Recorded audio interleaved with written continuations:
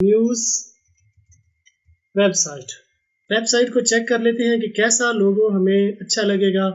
हमें वाइट लोगो अच्छा लगेगा, तो यहाँ पे हम लोग इसका कलर चेंज कर लेते हैं। ये कलर मैं कर देता हूँ वाइट। ठीक है, तो अब क्रिएट लोगो पे कर देंगे क्लिक। ये डाउनलोड, अब यहाँ पे हमने ये सिलेक्ट पे करना है क्लिक, और ये उठा के हमने इधर ड्रैग कर देना है। स्किप क्रॉपिंग, ये देखें ये बन गया, ये लोगो आ गया हमारे पास। अब इसके बाद यहाँ पे आ जाता है साइट आइकन होता है ये वाला बाय डिफ़ॉल्ट, जो कि ये वाला यहाँ पे बना हुआ है। तो मैं इसको भी हटा देता हूँ और इसमें से एक छोटा सा पार्ट हम लोग रख लेते हैं। ये वाला पार्ट हम लोग रख लेते हैं।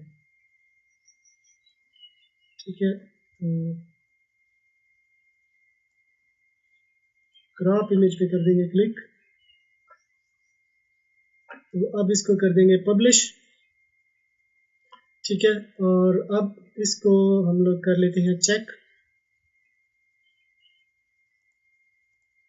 तो देखिए यहाँ पे लोगो आ गया और यहाँ पे ये फेव आइकन आ गया। ठीक है, ये सेट कर लिया हमने।